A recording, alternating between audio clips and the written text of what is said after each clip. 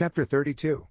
Which treats of what befell Don Quixote's party at the inn, and their dainty repast being finished, they saddled at once, and without any adventure worth mentioning they reached next day the inn, the object of Sancho Panza's fear and dread, but though he would have rather not entered it, there was no help for it. The landlady, the landlord, their daughter, and Maritornes, when they saw Don Quixote and Sancho coming, went out to welcome them with signs of hearty satisfaction, which Don Quixote received with dignity and gravity, and bade them make up a better bed for him than the last time, to which the landlady replied that if he paid better than he did the last time she would give him one fit for a prince. Don Quixote said he would, so they made up a tolerable one for him in the same garret as before, and he lay down at once, being sorely shaken and one of sleep. No sooner was the door shut upon him than the landlady made at the barber, and seizing him by the beard, said, "By my faith you are not going to make a beard of my tail any longer, you must give me back tail, for it is a shame the way that thing of my husband's goes tossing about on the floor, I mean the comb that I used to stick in my good tail." But for all she tugged at it the barber would not give it up until the licentiate told him to let her have it, as there was now no further occasion for that stratagem, because he might declare himself and appear in his own character, and tell Don Quixote that he had fled to this inn when those thieves the galley slaves robbed him, and should he ask for the princess's squire, they could tell him that she had sent him on before her to give notice to the people of her kingdom that she was coming, and bringing with her the deliverer of them all. On this the barber cheerfully restored the tail to the landlady, and at the same time they returned all the accessories they had borrowed to effect Don Quixote's deliverance. All the people of the inn were struck with astonishment at the beauty of Dorothea, and even at the comely figure of the shepherd Cardenio. The curate made them get ready such fare as there was in the inn, and the landlord, in hope of better payment, served them up a tolerably good dinner. All this time Don Quixote was asleep, and they thought it best not to waken him, as sleeping would now do him more good than eating. While at dinner, the company consisting of the landlord, his wife, their daughter, Maritornes, and all the travelers, they discussed the strange craze of Don Quixote and the manner in which he had been found, and the landlady told them what had taken place between him and the carrier, and then, looking round to see if Sancho was there, when she saw he was not, she gave them the whole story of his blanketing, which they received with no little amusement. But on the curate observing that it was the books of chivalry which Don Quixote had read that had turned his brain, the landlord said, "I cannot understand how that can be, for in truth to my mind there is no better reading in the world, and I have here 2 or 3 of them, with other writings that are the very life, not only of myself but of plenty more, for when it is harvest time, the reapers flock here on holidays, and there is always one among them who can read and who takes up one of these books, and we gather round him, 30 or more of us, and stay listening to him with a delight that makes our grey hairs grow young again. At least I can say for myself that when I hear of what furious and terrible blows the knights deliver, I am seized with the longing to do the same, and I would like to be hearing about them night and day." "And I just as much," said the landlady, "because I never have a quiet moment in my house except when you are listening to some one reading, for then you are so taken up that for the time being you forget to scold." "That is true," said Maritornes, "and, faith, I relish hearing these things greatly too, for they are very pretty, especially when they describe some lady or another in the arms of her knight under the orange trees, and the duenna who is keeping watch for them half dead with envy and fright. All this I say is as good as honey." "And you, what do you think, young lady?" said the curate turning to the landlord's daughter. "I don't know indeed, senor," said she. "I listen to, and to tell the truth, though I do not understand it, I like hearing it, but it is not the blows that my father likes that I like, but the laments the knights utter when they are separated from their ladies, and indeed they sometimes make me weep with the pity I feel for them." "Then you would console them if it was for you they wept, young lady?" said Dorothea. "I don't know what I should do," said the girl. "I only know that there are some of those ladies so cruel that they call their knights tigers and lions and 1,000 other foul names, and Jesus! I don't know what sort of folk they can be, so unfeeling and heartless, that rather than bestow a glance upon a worthy man they leave him to die or go mad. I don't know what is the good of such prudery. If it is for honor's sake, why not marry them? That's all they want." "Hush, child," said the landlady, "it seems to me thou knowest a great deal about these things, and it is not fit for girls to know or talk so much." "As the gentleman asked me, I could not help answering him," said the girl. "Well then," said the curate, "bring me these books, Señor landlord, for I should like to see them." "With all my heart," said he, and going into his own room he brought out an old valise secured with a little chain, on opening which the curate found in it 3 large books and some manuscripts written in a very good hand. The first that he opened he found to be Don Cirongilio of Thrace, and the second Don Felix Marte of Hircania, and the other the history of the great Captain Gonzalo Hernandez de Cordova, with the life of Diego Garcia de Paredes. When the curate read the two first titles, he looked over at the barber and said, "We want my friend's housekeeper and niece here now." "Nay," said the barber, "I can do just as well to carry them to the yard or to the hearth, and there is a very good fire there." "What? Your worship would burn my books," said the landlord. "Only these two," said the curate, "Don Cirongilio, and Felix Marte." "Are my books, then, heretics or phlegmatics that you want to burn them?" said the landlord. "Schismatics you mean, friend," said the barber, "not phlegmatics." "That's it," said the landlord, "but if you want to burn any, let it be that about the great captain and that Diego Garcia, for I would rather have a child of mine burnt than either of the others." "Brother," said the curate, "those two books are made up of lies, and are full of folly and nonsense, but this of the great captain is a true history, and contains the deeds of Gonzalo Hernandez of Cordova, who by his many and great achievements earned the title all over the world of the great captain, a famous and illustrious name, and deserved by him alone. And this Diego Garcia de Paredes was a distinguished knight of the city of Trujillo in Extremadura, a most gallant soldier, and of such bodily strength that with one finger he stopped a mill wheel in full motion, and posted with a two-handed sword at the foot of a bridge he kept the whole of an immense army from passing over it, and achieved such other exploits that if, instead of his relating them himself with the modesty of a knight and of one writing his own history, some free and unbiased writer had recorded them, they would have thrown into the shade all the deeds of the Hectors, Achilleses, and Rolands." "Tell that to my father," said the landlord. "There's a thing to be astonished at. Stopping a mill wheel. By God your worship should read what I have read of Felix Marte of Hircania, how with one single backstroke he cleft 5 giants asunder through the middle as if they had been made of bean pods like the little friars the children make, and another time he attacked a very great and powerful army, in which there were more than 1,600,000 soldiers, all armed from head to foot, and he routed them all as if they had been flocks of sheep. And then, what do you say to the good Cirongilio of Thrace, that was so stout and bold, as may be seen in the book, where it is related that as he was sailing along a river there came up out of the midst of the water against him a fiery serpent, and he, as soon as he saw it, flung himself upon it and got astride of its scaly shoulders, and squeezed its throat with both hands with such force that the serpent, finding he was throttling it, had nothing for it but to let itself sink to the bottom of the river, carrying with it the knight who would not let go his hold. And when they got down there he found himself among palaces and gardens so pretty that it was a wonder to see, and then the serpent changed itself into an old ancient man, who told him such things as were never heard." "Hold your peace, Señor, for if you were to hear this you would go mad with delight. A couple of figs for your great captain and your Diego Garcia." Hearing this, Dorothea said in a whisper to Cardenio, "Our landlord is almost fit to play a second part to Don Quixote." "I think so," said Cardenio, "for, as he shows, he accepts it as a certainty that everything those books relate took place exactly as it is written down, and the barefooted friars themselves would not persuade him to the contrary."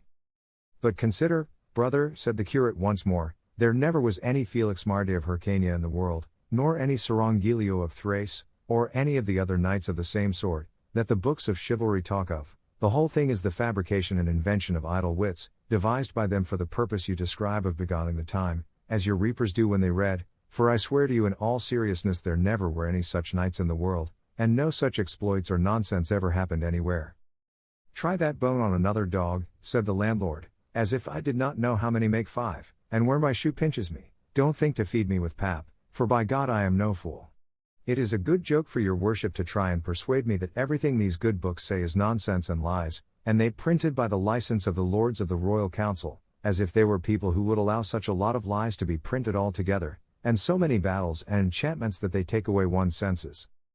"I have told you, friend," said the curate, "that this is done to divert our idle thoughts, and as in well-ordered states games of chess, fives, and billiards are allowed for the diversion of those who do not care, or are not obliged, or are unable to work, so books of this kind are allowed to be printed, on the supposition that, what indeed is the truth, there can be nobody so ignorant as to take any of them for true stories, and if it were permitted me now, and the present company desired it, I could say something about the qualities books of chivalry should possess to be good ones, that would be to the advantage and even to the taste of some, but I hope the time will come when I can communicate my ideas to some one who may be able to mend matters, and in the meantime, Señor Landlord, believe what I have said, and take your books, and make up your mind about their truth or falsehood, and much good may they do you, and God grant you may not fall lame of the same foot your guest Don Quixote halts on." "No fear of that," returned the landlord, "I shall not be so mad as to make a knight errant of myself, for I see well enough that things are not now as they used to be in those days, when they say those famous knights roamed about the world. Sancho had made his appearance in the middle of this conversation, and he was very much troubled and cast down by what he heard said about knights errant being now no longer in vogue, and all books of chivalry being folly and lies, and he resolved in his heart to wait and see what came of this journey of his master's, and if it did not turn out as happily as his master expected, he determined to leave him and go back to his wife and children and his ordinary labor. The landlord was carrying away the valise and the books, but the curate said to him, "Wait, I want to see what those papers are that are written in such a good hand." The landlord, taking them out, handed them to him to read, and he perceived they were a work of about 8 sheets of manuscript, with, in large letters at the beginning, the title of Novel of the Ill-Advised Curiosity. The curate read 3 or 4 lines to himself, and said, "I must say the title of this novel does not seem to me a bad one, and I feel an inclination to read it all." To which the landlord replied, "Then your reverence will do well to read it, for I can tell you that some guests who have read it here have been much pleased with it, and have begged it of me very earnestly, but I would not give it, meaning to return it to the person who forgot the valise, books, and papers here, for maybe he will return here some time or other, and though I know I shall miss the books, faith I mean to return them, for though I am an innkeeper, still I am a Christian." "You are very right, friend," said the curate, "but for all that, if the novel pleases me you must let me copy it." "With all my heart," replied the host. While they were talking, Cardenio had taken up the novel and begun to read it, and forming the same opinion of it as the curate, he begged him to read it so that they might all hear it. "I would read it," said the curate, "if the time would not be better spent in sleeping." "It will be rest enough for me," said Dorothea, "to while away the time by listening to some tale, for my spirits are not yet tranquil enough to let me sleep when it would be seasonable." "Well then, in that case," said the curate, "I will read it, if it were only out of curiosity, perhaps it may contain something pleasant." Master Nicholas added his entreaties to the same effect, and Sancho too, seeing which, and considering that he would give pleasure to all, and receive it himself, the curate said, "Well then, attend to me everyone, for the novel begins thus." Chapter 33. In which is related the novel of the ill-advised curiosity. In Florence, a rich and famous city of Italy in the province called Tuscany, there lived 2 gentlemen of wealth and quality, Anselmo and Lothario, such great friends that by way of distinction they were called by all that knew them the 2 friends. They were unmarried, young, of the same age and of the same tastes, which was enough to account for the reciprocal friendship between them. Anselmo, it is true, was somewhat more inclined to seek pleasure and love than Lothario, for whom the pleasures of the chase had more attraction, but on occasion Anselmo would forego his own taste to yield to those of Lothario, and Lothario would surrender his to fall in with those of Anselmo, and in this way their inclinations kept pace one with the other with a concord so perfect that the best regulated clock could not surpass it. Anselmo was deep in love with a high-born and beautiful maiden of the same city, the daughter of parents so estimable, and so estimable herself, that he resolved, with the approval of his friend Lothario, without whom he did nothing, to ask her of them in marriage, and did so, Lothario being the bearer of the demand, and conducting the negotiations so much to the satisfaction of his friend that in a short time he was in possession of the object of his desires, and Camilla so happy in having won Anselmo for her husband, that she gave thanks unceasingly to heaven and to Lothario, by whose means such good fortune had fallen to her. The first few days, those of a wedding being usually days of merrymaking, Lothario frequented his friend Anselmo's house as he had been wont, striving to do honor to him and to the occasion, and to gratify him in every way he could. But when the wedding days were over and the succession of visits and congratulations had slackened, he began purposely to leave off going to the house of Anselmo, for it seemed to him, as it naturally would to all men of sense, that friends' houses ought not to be visited after marriage with the same frequency as in their master's bachelor days, because, though true and genuine friendship cannot and should not be in any way suspicious, still a married man's honor is a thing of such delicacy that it is held liable to injury from brothers, much more from friends. Anselmo remarked the cessation of Lothario's visits, and complained of it to him, saying that if he had known that marriage was to keep him from enjoying his society as he used, he would have never married, and that, if by the thorough harmony that subsisted between them while he was a bachelor they had earned such a sweet name as that of the 2 friends, he should not allow a title so rare and so delightful to be lost through a needless anxiety to act circumspectly, and so he entreated him, if such a phrase was allowable between them, to be once more master of his house and to come in and go out as formerly, assuring him that his wife Camilla had no other desire or inclination than that which he would wish her to have, and that knowing how sincerely they loved one another she was grieved to see such coldness in him.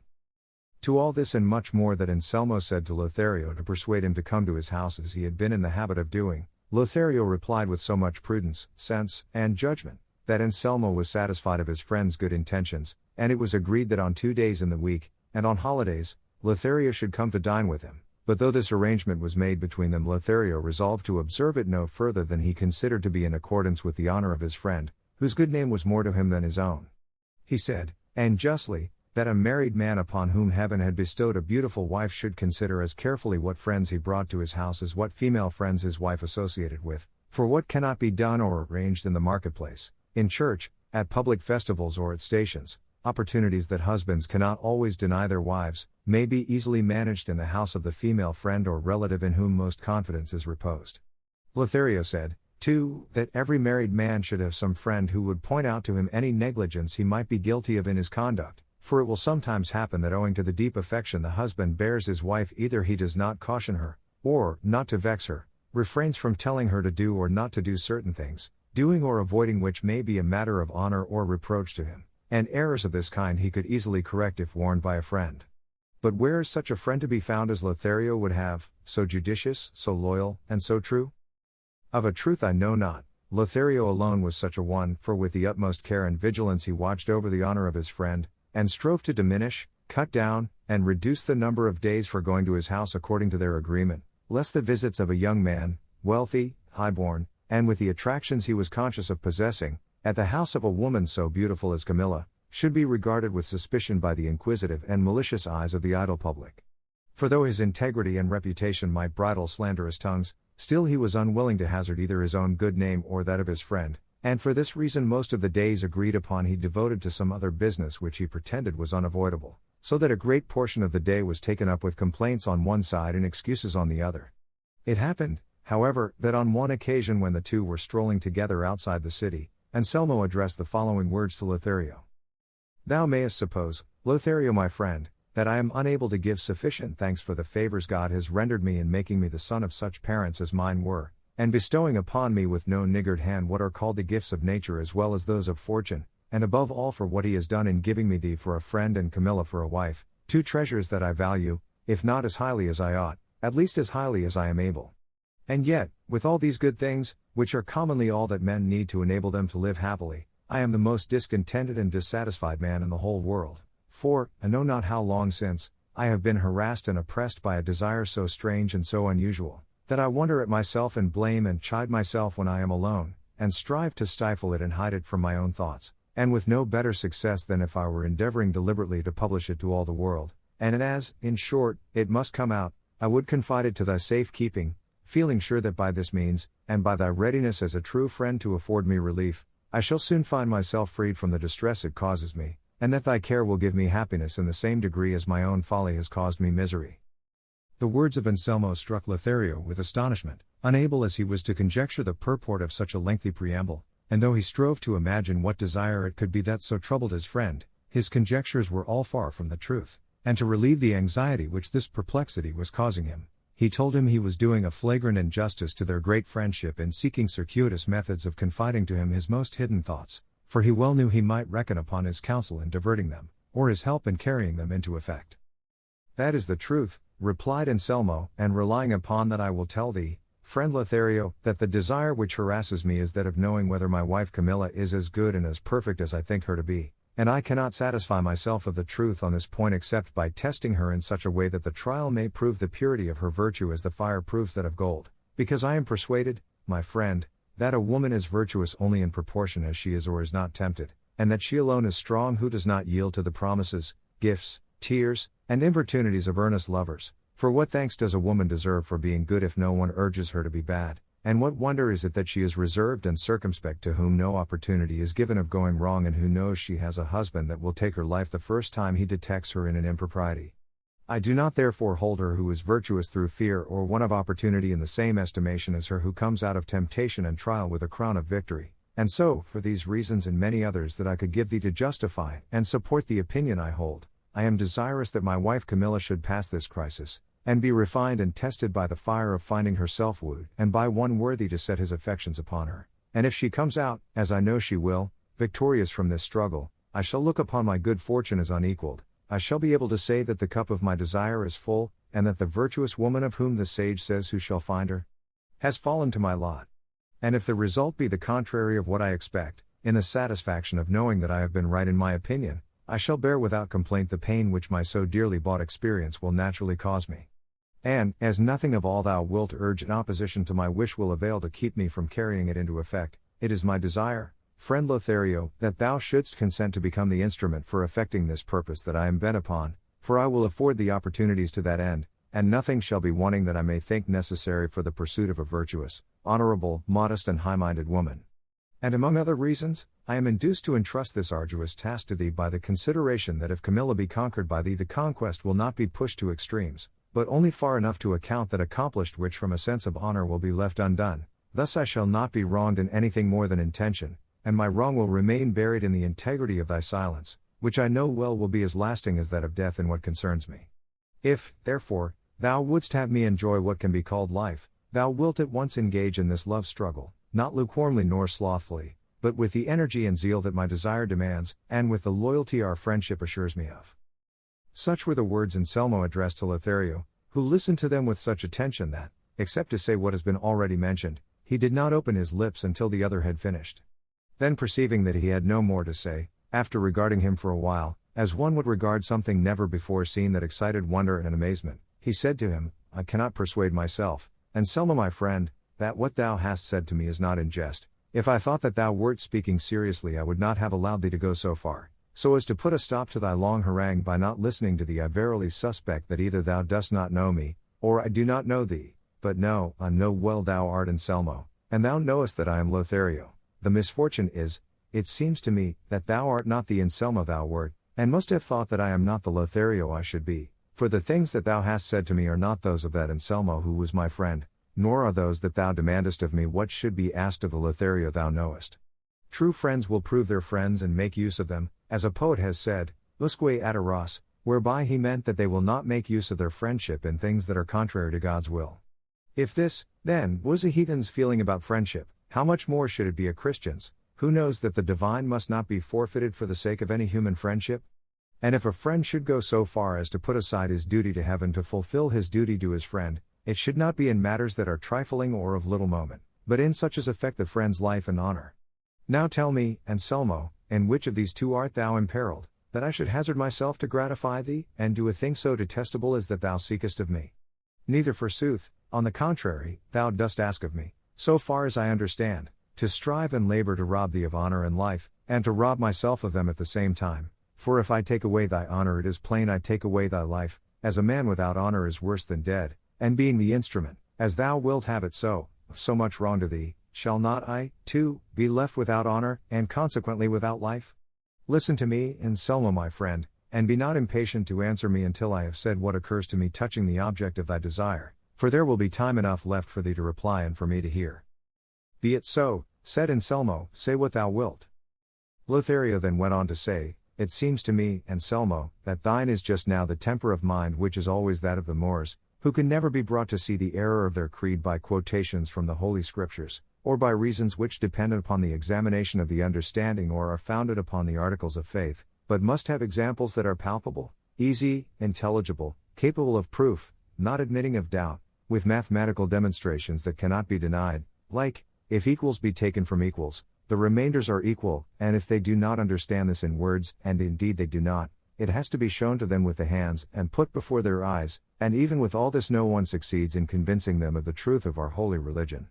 This same mode of proceeding I shall have to adopt with thee, for the desire which has sprung up in thee is so absurd and remote from everything that has a semblance of reason, that I feel it would be a waste of time to employ it in reasoning with thy simplicity, for at present I will call it by no other name, and I am even tempted to leave thee in thy folly as a punishment for thy pernicious desire, but the friendship I bear thee, which will not allow me to desert thee in such manifest danger of destruction, keeps me from dealing so harshly by thee. And that thou mayest clearly see this, say, Anselmo, hast thou not told me that I must force my suit upon a modest woman, decoy one that is virtuous, make overtures to one that is pure-minded, pay court to one that is prudent? Yes, thou hast told me so.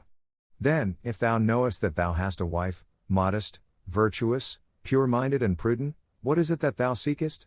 And if thou believest that she will come forth victorious from all my attacks, as doubtless she would, what higher titles than those she possesses now dost thou think thou canst upon her then, or in what will she be better then than she is now?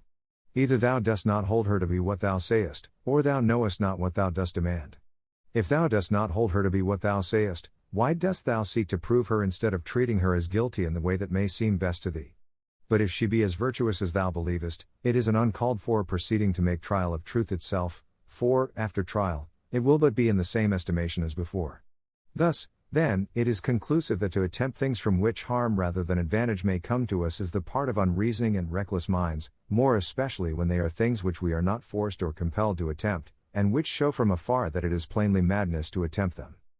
Difficulties are attempted either for the sake of God or for the sake of the world, or for both. Those undertaken for God's sake are those which the saints undertake when they attempt to live the lives of angels in human bodies. Those undertaken for the sake of the world are those of the men who traverse such a vast expanse of water, such a variety of climates, so many strange countries, to acquire what are called the blessings of fortune. And those undertaken for the sake of God and the world together are those of brave soldiers, who no sooner do they see in the enemy's wall a breach as wide as a cannon ball could make, than, casting aside all fear, without hesitating, or heeding the manifest peril that threatens them, borne onward by the desire of defending their faith, their country, and their king, they fling themselves dauntlessly into the midst of the thousand opposing deaths that await them. Such are the things that men are wont to attempt, and there is honor, glory, gain, in attempting them, however full of difficulty and peril they may be. But that which thou sayest it is thy wish to attempt and carry out will not win thee the glory of God nor the blessings of fortune nor fame among men, for even if the issue be as thou wouldst have it, thou wilt be no happier, richer, or more honored than thou art this moment, and if it be otherwise thou wilt be reduced to misery greater than can be imagined, for then it will avail thee nothing to reflect that no one is aware of the misfortune that has befallen thee, it will suffice to torture and crush thee that thou knowest it thyself. And in confirmation of the truth of what I say, let me repeat to thee a stanza made by the famous poet Luigi Tansilo at the end of the first part of his Tears of St. Peter, which says thus: The anguish and the shame but greater grew in Peter's heart as morning slowly came. No, I was there to see him, well he knew, yet he himself was to himself a shame. Exposed to all men's gaze, or screened from view, a noble heart will feel the pang the same. A prey to shame the sinning soul will be, though none but heaven and earth its shame can see. Thus by keeping it secret thou wilt not escape thy sorrow, but rather thou wilt shed tears unceasingly, if not tears of the eyes, tears of blood from the heart, like those shed by that simple doctor our poet tells us of, that tried the test of the cup, which the wise Rinaldo, better advised, refused to do. For though this may be a poetic fiction, it contains a moral lesson worthy of attention and study and imitation. Moreover, by what I am about to say to thee thou wilt be led to see the great error thou wouldst commit. Tell me, Anselmo, if heaven or good fortune had made thee master and lawful owner of a diamond of the finest quality, with the excellence and purity of which all the lapidaries that had seen it had been satisfied, saying with one voice and common consent that in purity, quality, and fineness, it was all that a stone of the kind could possibly be, thou thyself too being of the same belief, as knowing nothing to the contrary, would it be reasonable in thee to desire to take that diamond and place it between an anvil and a hammer, and by mere force of blows and strength of arm try if it were as hard and as fine as they said? And if thou didst, and if the stone should resist so silly a test, that would add nothing to its value or reputation, and if it were broken, as it might be, would not all be lost? Undoubtedly it would, leaving its owner to be rated as a fool in the opinion of all. Consider, then, Anselmo my friend, that Camilla is a diamond of the finest quality as well in thy estimation as in that of others, and that it is contrary to reason to expose her to the risk of being broken, for if she remains intact she cannot rise to a higher value than she now possesses, and if she give way and be unable to resist, bethink thee now how thou wilt be deprived of her, and with what good reason thou wilt complain of thyself for having been the cause of her ruin and thine own. Remember there is no jewel in the world so precious as a chaste and virtuous woman, and that the whole honor of women consists in reputation, and since thy wife's is of that high excellence that thou knowest, wherefore shouldst thou seek to call that truth in question?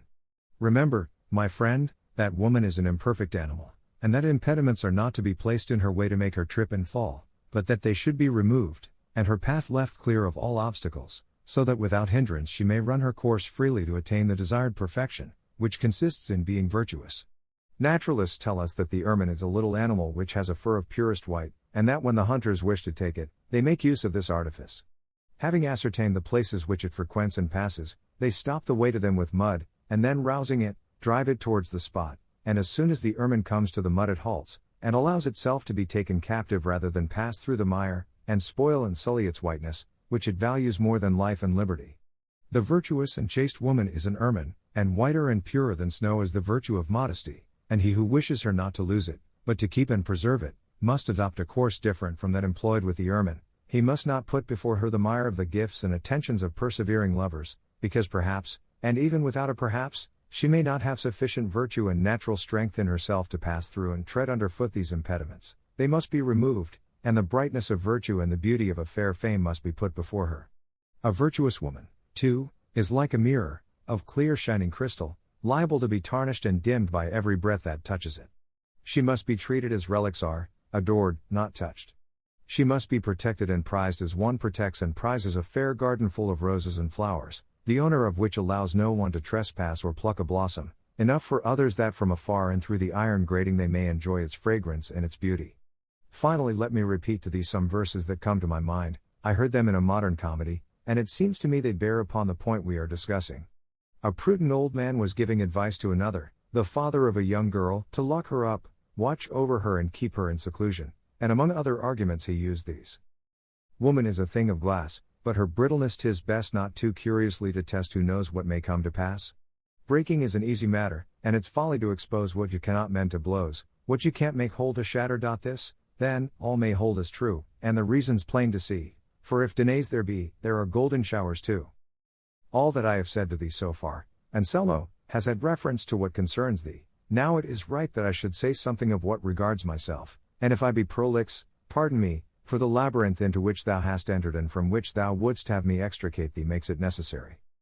Thou dost reckon me thy friend, and thou wouldst rob me of honor, a thing wholly inconsistent with friendship, and not only dost thou aim at this, but thou wouldst have me rob thee of it also. That thou wouldst rob me of it is clear, for when Camilla sees that I pay court to her as thou requirest, she will certainly regard me as a man without honor or right feeling, since I attempt and do a thing so much opposed to what I owe to my own position and thy friendship. That thou wouldst have me rob thee of it is beyond a doubt, for Camilla, seeing that I press my suit upon her, will suppose that I have perceived in her something light that has encouraged me to make known to her my base desire, and if she holds herself dishonored, her dishonor touches thee as belonging to her, and hence arises what so commonly takes place, that the husband of the adulterous woman, though he may not be aware of or have given any cause for his wife's failure in her duty, or, being careless or negligent, have had it in his power to prevent his dishonor, nevertheless is stigmatized by a vile and reproachful name, and in a manner regarded with eyes of contempt instead of pity by all who know of his wife's guilt, though they see that he is unfortunate not by his own fault, but by the lust of a vicious consort. But I will tell thee why with good reason dishonor attaches to the husband of the unchaste wife, though he know not that she is so, nor be to blame, nor have done anything, or given any provocation to make her so, and be not weary with listening to me, for it will be for thy good. When God created our first parent in the earthly paradise, the Holy Scripture says that he infused sleep into Adam, and while he slept took a rib from his left side of which he formed our mother Eve, and when Adam awoke and beheld her he said, "This is flesh of my flesh, and bone of my bone." And God said, "For this shall a man leave his father and his mother, and they shall be two in one flesh," and then was instituted the divine sacrament of marriage, with such ties that death alone can loose them. And such is the force and virtue of this miraculous sacrament that it makes two different persons one and the same flesh, and even more than this when the virtuous are married, for though they have two souls they have but one will. And hence it follows that as the flesh of the wife is one and the same with that of her husband, the stains that may come upon it, or the injuries it incurs fall upon the husband's flesh, though he, as has been said, may have given no cause for them. For as the pain of the foot or any member of the body is felt by the whole body, because all is one flesh, as the head feels the hurt to the ankle without having caused it, so the husband, being one with her, shares the dishonor of the wife, and as all worldly honor or dishonor comes of flesh and blood, and the erring wife's is of that kind, the husband must needs bear his part of it and be held dishonored without knowing it. See, then, Anselmo, the peril thou art encountering in seeking to disturb the peace of thy virtuous consort. See for what an empty and ill-advised curiosity thou wouldst rouse up passions that now repose in quiet in the breast of thy chaste wife. Reflect that what thou art staking all to win is little, and what thou wilt lose so much that I leave it undescribed, not having the words to express it. But if all I have said be not enough to turn thee from thy vile purpose, thou must seek some other instrument for thy dishonor and misfortune, for such I will not consent to be, though I lose thy friendship, the greatest loss that I can conceive. Having said this, the wise and virtuous Lothario was silent, and Anselmo, troubled in mind and deep in thought, was unable for a while to utter a word in reply, but at length he said, "I have listened, Lothario my friend, attentively, as thou hast seen, to what thou hast chosen to say to me, and in thy arguments, examples, and comparisons I have seen that high intelligence thou dost possess, and the perfection of true friendship thou hast reached. And likewise I see and confess that if I am not guided by thy opinion, but follow my own, I am flying from the good and pursuing the evil.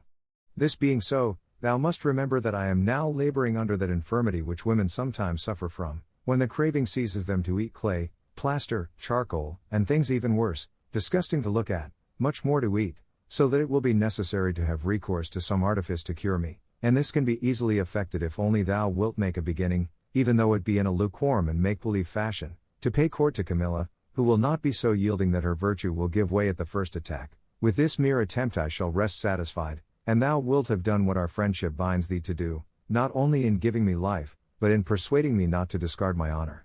And this thou art bound to do for one reason alone, that, being, as I am, resolved to apply this test, it is not for thee to permit me to reveal my weakness to another, and so imperil that honor thou art striving to keep me from losing, and if thine may not stand as high as it ought in the estimation of Camilla while thou art paying court to her, that is of little or no importance, because ere long, on finding in her that constancy which we expect, thou canst tell her the plain truth as regards our stratagem, and so regain thy place in her esteem, and as thou art venturing so little, and by the venture canst afford me so much satisfaction, refuse not to undertake it, even if further difficulties present themselves to thee, for, as I have said, if thou wilt only make a beginning I will acknowledge the issue decided.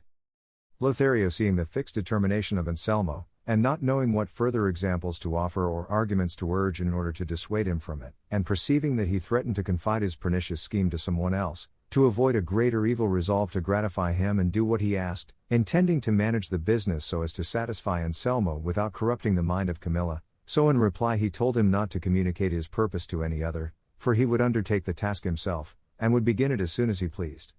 Anselmo embraced him warmly and affectionately, and thanked him for his offer as if he had bestowed some great favor upon him, and it was agreed between them to set about it the next day, Anselmo affording opportunity and time to Lothario to converse alone with Camilla, and furnishing him with money and jewels to offer and present to her. He suggested, too, that he should treat her to music, and write verses in her praise, and if he was unwilling to take the trouble of composing them, he offered to do it himself. Lothario agreed to all with an intention very different from what Anselmo supposed, and with this understanding they returned to Anselmo's house, where they found Camilla awaiting her husband anxiously and uneasily, for he was later than usual in returning that day. Lothario repaired to his own house, and Anselmo remained in his, as well satisfied as Lothario was troubled in mind, for he could see no satisfactory way out of this ill-advised business. That night, however, he thought of a plan by which he might deceive Anselmo without any injury to Camilla. The next day he went to dine with his friend, and was welcomed by Camilla, who received and treated him with great cordiality, knowing the affection her husband felt for him. When dinner was over and the cloth removed, Anselmo told Lothario to stay there with Camilla while he attended to some pressing business, as he would return in an hour and a half. Camilla begged him not to go, and Lothario offered to accompany him, but nothing could persuade Anselmo, who on the contrary pressed Lothario to remain waiting for him as he had a matter of great importance to discuss with him. At the same time he bade Camilla not to leave Lothario alone until he came back. In short, he contrived to put so good a face on the reason, or the folly, of his absence that no one could have suspected it was a pretense. Anselmo took his departure, and Camilla and Lothario were left alone at the table, for the rest of the household had gone to dinner. Lothario saw himself in the lists according to his friend's wish, and facing an enemy that could by her beauty alone vanquish a squadron of armed knights, judge whether he had good reason to fear. But what he did was to lean his elbow on the arm of the chair, and his cheek upon his hand, and, asking Camilla's pardon for his ill manners, he said he wished to take a little sleep until Anselmo returned. Camilla in reply said he could repose more at his ease in the reception room than in his chair, and begged of him to go in and sleep there, but Lothario declined, and there he remained asleep until the return of Anselmo, who finding Camilla in her own room, and Lothario asleep, imagined that he had stayed away so long as to have afforded them time enough for conversation and even for sleep, and was all impatience until Lothario should wake up, that he might go out with him and question him as to his success. Everything fell out as he wished. Lothario awoke, and the two at once left the house, and Anselmo asked what he was anxious to know, and Lothario in answer told him that he had not thought it advisable to declare himself entirely the first time, and therefore had only extolled the charms of Camilla, telling her that all the city spoke of nothing else but her beauty and wit, for this seemed to him an excellent way of beginning to gain her goodwill and render her disposed to listen to him with pleasure the next time, thus availing himself of the device the devil has recourse to when he would deceive one who is on the watch, for he being the angel of darkness transforms himself into an angel of light, and, under cover of a fair seeming, discloses himself at length, and effects his purpose if at the beginning his wiles are not discovered. All this gave great satisfaction to Anselmo, and he said he would afford the same opportunity every day, but without leaving the house, for he would find things to do at home so that Camilla should not detect the plot.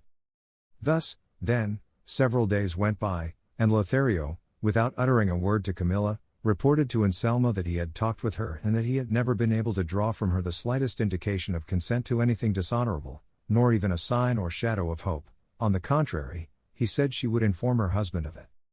So far well, said Anselmo. Camilla has thus far resisted words. We must now see how she will resist deeds. I will give you tomorrow 2,000 crowns in gold for you to offer or even present, and as many more to buy jewels to lure her, for women are fond of being becomingly attired and going gaily dressed, and all the more so if they are beautiful, however chaste they may be, and if she resists this temptation, I will rest satisfied and will give you no more trouble.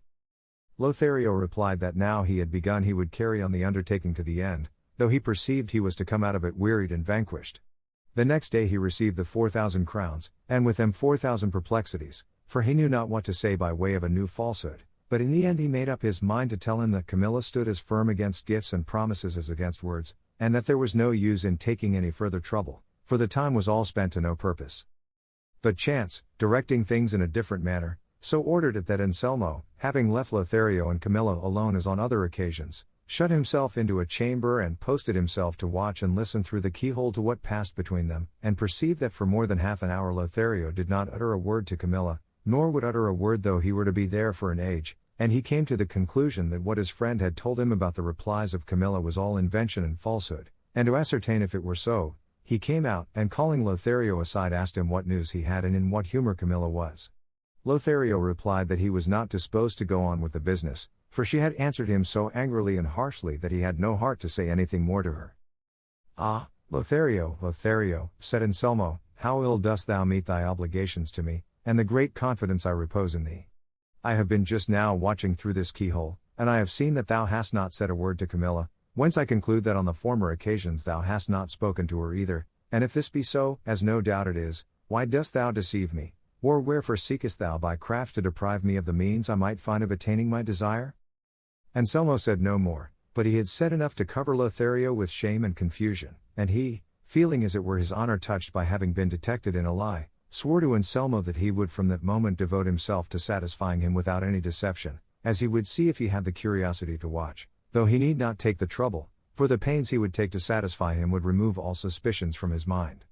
Anselmo believed him, and to afford him an opportunity more free and less liable to surprise, he resolved to absent himself from his house for 8 days, betaking himself to that of a friend of his who lived in a village not far from the city, and, better to account for his departure to Camilla, he so arranged it that the friend should send him a very pressing invitation. Unhappy, short-sighted Anselmo, what art thou doing, what art thou plotting, what art thou devising? Bethink thee thou art working against thyself, plotting thine own dishonor, devising thine own ruin. Thy wife Camilla is virtuous, thou dost possess her in peace and quietness, no one assails thy happiness, her thoughts wander not beyond the walls of thy house, thou art her heaven on earth, the object of her wishes, the fulfillment of her desires, the measure wherewith she measures her will, making it conform in all things to thine and heaven's. If, then, the mine of her honor, beauty, virtue, and modesty yields thee without labor all the wealth it contains and thou canst wish for, why wilt thou dig the earth in search of fresh veins, of new unknown treasure, risking the collapse of all, since it but rests on the feeble props of her weak nature? Bethink thee that from him who seeks impossibilities that which is possible may with justice be withheld, as was better expressed by a poet who said, "'Tis mine to seek for life in death, health and disease seek I seek in prison freedom's breath, in traitor's loyalty. So fate that ever scorns to grant or grace or boon to me, since what can never be I want, denies me what might be." The next day Anselmo took his departure for the village, leaving instructions with Camilla that during his absence Lothario would come to look after his house and to dine with her, and that she was to treat him as she would himself. Camilla was distressed, as a discreet and right-minded woman would be, at the orders her husband left her, and bade him remember that it was not becoming that anyone should occupy his seat at the table during his absence, and if he acted thus from not feeling confidence that she would be able to manage his house, let him try her this time, and he would find by experience that she was equal to greater responsibilities. Anselmo replied that it was his pleasure to have it so, and that she had only to submit and obey. Camilla said she would do so, though against her will. Anselmo went, And the next day Lothario came to his house, where he was received by Camilla with a friendly and modest welcome, but she never suffered Lothario to see her alone, for she was always attended by her men and women servants, especially by a handmaid of hers, Leola by name, with whom she was much attached, for they had been brought up together from childhood in her father's house, and whom she had kept with her after her marriage with Anselmo. The first 3 days Lothario did not speak to her, though he might have done so when they removed the cloth and the servants retired to dine hastily, for such were Camilla's orders. Nay more, Leola had directions to dine earlier than Camilla and never to leave her side. She, however, having her thoughts fixed upon other things more to her taste, and wanting that time and opportunity for her own pleasures, did not always obey her mistress's commands, but on the contrary left them alone, as if they had ordered her to do so. But the modest bearing of Camilla, the calmness of her countenance, the composure of her aspect were enough to bridle the tongue of Lothario. But the influence which the many virtues of Camilla exerted in imposing silence on Lothario's tongue proved mischievous for both of them, for if his tongue was silent his thoughts were busy, and could dwell at leisure upon the perfections of Camilla's goodness and beauty one by one, charms enough to warm with love a marble statue, not to say a heart of flesh. Lothario gazed upon her when he might have been speaking to her, and thought how worthy of being loved she was, and thus reflection began little by little to assail his allegiance to Anselmo, and 1,000 times he thought of withdrawing from the city and going where Anselmo should never see him nor he see Camilla. But already the delight he found in gazing on her interposed and held him fast. He put a constraint upon himself, and struggled to repel and repress the pleasure he found in contemplating Camilla. When alone he blamed himself for his weakness, called himself a bad friend, nay a bad Christian. Then he argued the matter and compared himself with Anselmo, always coming to the conclusion that the folly and rashness of Anselmo had been worse than his faithlessness, and that if he could excuse his intentions as easily before God as with man, he had no reason to fear any punishment for his offense. In short, the beauty and goodness of Camilla, joined with the opportunity which the blind husband had placed in his hands, overthrew the loyalty of Lothario, and giving heed to nothing save the object towards which his inclinations led him, after Anselmo had been 3 days absent, during which he had been carrying on a continual struggle with his passion, he began to make love to Camilla with so much vehemence and warmth of language that she was overwhelmed with amazement, and could only rise from her place and retire to her room without answering him a word. But the hope which always springs up with love was not weakened in Lothario by this repelling demeanor. On the contrary, his passion for Camilla increased, and she, discovering in him what she had never expected, knew not what to do, and considering it neither safe nor right to give him the chance or opportunity of speaking to her again, she resolved to send, as she did that very night, one of her servants with a letter to Anselmo, in which she addressed the following words to him.